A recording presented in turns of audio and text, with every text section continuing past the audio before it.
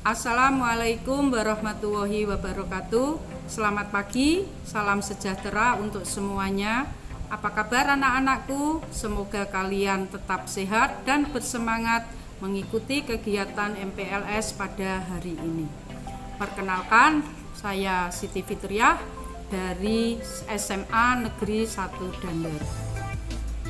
Orang bijak menyatakan, pendidikan bukan soal pergi ke sekolah kemudian mendapatkan ijazah, tapi soal memperluas wawasan dan menyerap ilmu kehidupan. Nah anak-anak, pada hari ini saya akan menyampaikan materi wawasan wiyata Mandala. Pengertian wawasan wiyata Mandala. Wawasan berarti cara meninjau, cara memandang, cara melihat, cara tanggapan indrawi terhadap sesuatu lingkungan. Wiyata berarti pendidikan. Mandala berarti lingkaran, bundaran, bulatan, atau lingkungan. Jadi pengertian wawasan wiyata Mandala adalah cara memandang sekolah sebagai lingkungan pendidikan dan pembelajaran. Sekolah sebagai lingkungan pendidikan dan pembelajaran, maka sekolah mengembang misi pendidikan. Oleh karena itu, sekolah tidak boleh digunakan untuk tujuan lain di luar bidang pendidikan. Sekolah harus benar-benar menjadi ciri khas masyarakat belajar di dalamnya.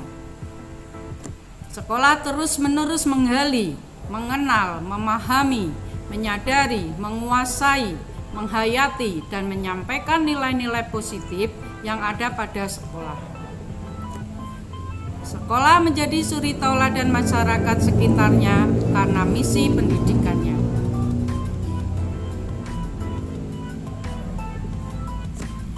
Ada 5 komponen penting cara mewujudkan wawasan wiyata Mandala, yaitu 1. Peran kepala sekolah, 2. Peran guru, 3. Peran sivitas akademika, 4. Peran murid, 5. Peran masyarakat sekitar.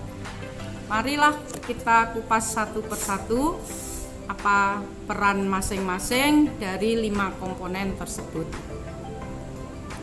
Peran kepala sekolah. Berwenang dan bertanggung jawab penuh terhadap penyelenggaraan pendidikan di lingkungan sekolah.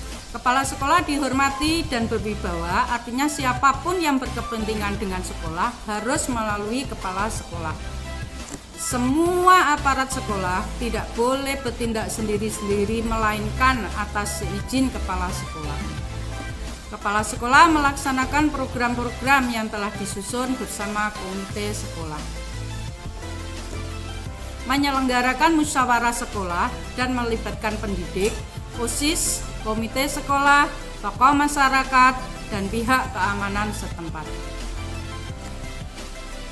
Menertibkan lingkungan sekolah baik yang berbentuk sarana maupun peraturan atau tata tertib. Mengadakan rapat koordinasi yang bersifat insidentin intern antara guru, wali murid, maupun siswa. Menyelenggarakan kegiatan yang bersifat menunjang kegiatan sekolah seperti PKS, pramuka, PMR, paskibraka, kesenian, dan lain-lain. Peran guru. Menjunjung tinggi martabat dan citranya baik sikap dan tingkah lakunya. Menjadi tauladan di masyarakat. Guru harus mampu memimpin baik di lingkungan sekolah maupun di lingkungan sekolah. Digugu dan ditiru, dipercaya oleh diri sendiri dan warga sekolah. Yang ketiga, peran sivitas akademika. Tata usaha harus mendukung kepentingan administrasi dalam rangka proses belajar mengajar di sekolah.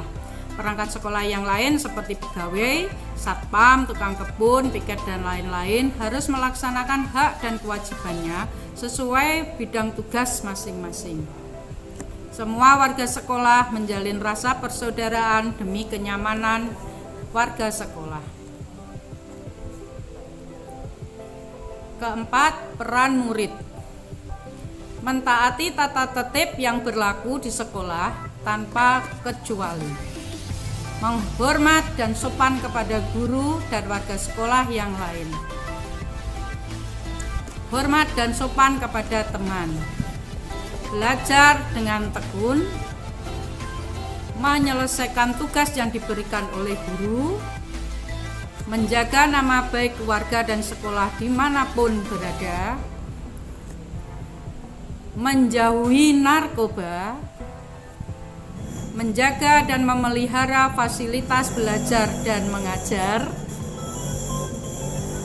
menjaga keamanan sekolah, melaporkan peristiwa negatif yang terjadi di sekolah kepada OSIS, guru, wakil kepala sekolah, BP, atau kepala sekolah. Dan yang terakhir, memelihara lingkungan sekolah. Kelima, peranan masyarakat. Mendukung program dan kebijakan sekolah dalam rangka pemajuan proses belajar mengajar. Memberi saran dalam pemajuan proses belajar dan mengajar. Ikut menjaga keamanan lingkungan sekolah. Mengadakan kerjasama dengan pihak sekolah melalui komite sekolah. Sekolah sebagai kawasan wisata Mandala wajib memiliki 7K. Pertama, keamanan, kenyamanan. Kedua, kekeluargaan. Ketiga, kedisiplinan. Keempat, kerindangan. Kelima, kebersihan. Keenam, keindahan. Dan ketujuh, ketertiban.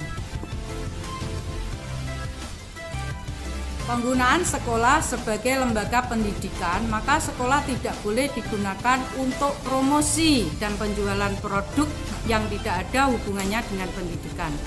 Tempat penyebaran aliran sesat, penyebaran ajaran agama tertentu yang bertentangan dengan undang-undang. Propaganda politik atau tempat berkampanye. Syuting film atau sinetron tanpa izin Pemda. Kegiatan yang dapat menimbulkan kerusakan, perselisihan, sehingga suasana sekolah menjadi tidak kondusif. Mekanisme pelaksanaan Wiyata Mandala ada 2 tahapan. Yang pertama, tahap preventif. 1. Memelihara sekolah melalui 7K. 2. Menciptakan suasana harmonis antar warga sekolah. 3. Membentuk jaring pengawasan. 4. Menghilangkan bentuk peloncoan saat MOS. 5. Mengisi jam kosong dengan kegiatan ekstrakurikuler. 6. Meningkatkan keamanan dan ketertiban saat berangkat dan usai sekolah. Yang kedua adalah tahap represif. Bentuk kegiatannya adalah 1. Mendampaikan pihak yang terlibat perselisihan. 2. Menetralisir isu negatif yang berkembang. 3. Berkoordinasi dengan pihak keamanan bila ada kriminal di sekolah. 4. Penyelesaian kasus secara hukum terhadap kasus yang melibatkan pihak luar sekolah. 5. Mengadakan bimbingan dan penyuluhan. 6. Memberikan sanksi sesuai tata tertib yang berlaku. Demikianlah anak-anakku, materi pada kali ini. Kurang lebihnya mohon maaf, semoga bermanfaat. Terima kasih. Wassalamualaikum warahmatullahi wabarakatuh.